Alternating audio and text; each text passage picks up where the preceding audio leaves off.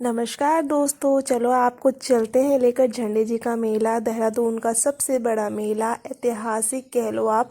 और जिस दिन ये झंडे जी चढ़ते हैं, होली के 5 दिन बाद, यहाँ पर आपको पैर रखने की जगह नहीं मिलेगी। और जितने भी सिख लोग होते हैं बहुत दूर दूर से यहाँ पर आते हैं। इतनी भीड़ होती है, इतनी ज़्यादा, मैं आपको बता नहीं सकती। कहा जाता है जब गुरु राम राय जी महाराज पहली बार उत्तराखंड देहरादून आए थे तो उनकी स्मृति में ये मेला लगाया जाता है। तो ये हर साल होली के 5 दिन बाद लगता है। और हम अपनी गाड़ी पार्किंग करते हैं। अच्छा, झंडे जी की जो हाइट थी इस बार 94 फीट थी, बहुत ज़्यादा। ठीक है, और हम प्रसाद लेते हैं, फिर हम फटाफट से मत्था टेकते हैं। अभी मेरी गोद में था इसलिए मैं कहीं भी वीडियो में नहीं आई हूँ, मैं सिर्फ वीडियो बना रही थी। मत्था टेकने के बाद ना बड़ा अच्छा लगता है। मैं बचपन से आती हूँ, जब से मैं छोटी थी मैं अपनी दादी के साथ आती थी। अब शादी होगी तो अपने हस्बैंड अपने बच्चों के साथ आती हूँ। कहते हैं मत्था टेकना बहुत अच्छा होता है, बच्चों को टिकाना बहुत अच्छा होता है। किसी को दाने मस्से होते हैं तो यहाँ पर झाड़ू चढ़ाए वो आके, तो उसके वो मस्से भी ठीक हो जाते हैं। और प्रसाद चढ़ाने के बाद हम गुरुद्वारा साहिब में जाते हैं। यहाँ पर इतनी हरियाली, इतना सुकून, इतनी शांति थी। और जो ये फाउंटेन चल रहे थे ना, ये इसकी और रौनक और बढ़ा रहे थे।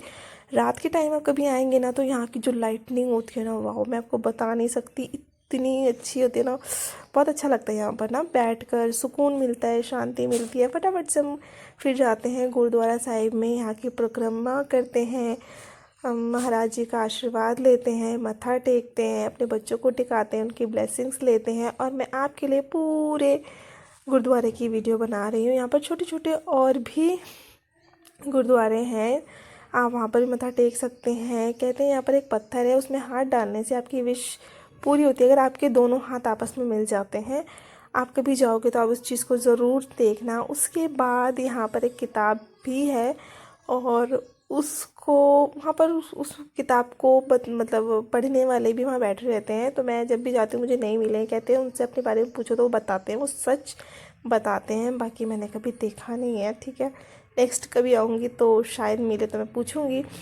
और ये देखो, गुरुद्वारे में ना नया काफ़ी कुछ अभी इन्होंने कंस्ट्रक्ट किया है। इसके बाद हम मेले में चलते हैं। मेले में इतनी भीड़ होती है ना, इतनी भीड़, और बहुत छोटी, यानी कि देखो मेले में कि मैं बता नहीं सकती हूँ, मेले में भीड़ बहुत ज़्यादा है, स्पेस बहुत कम है।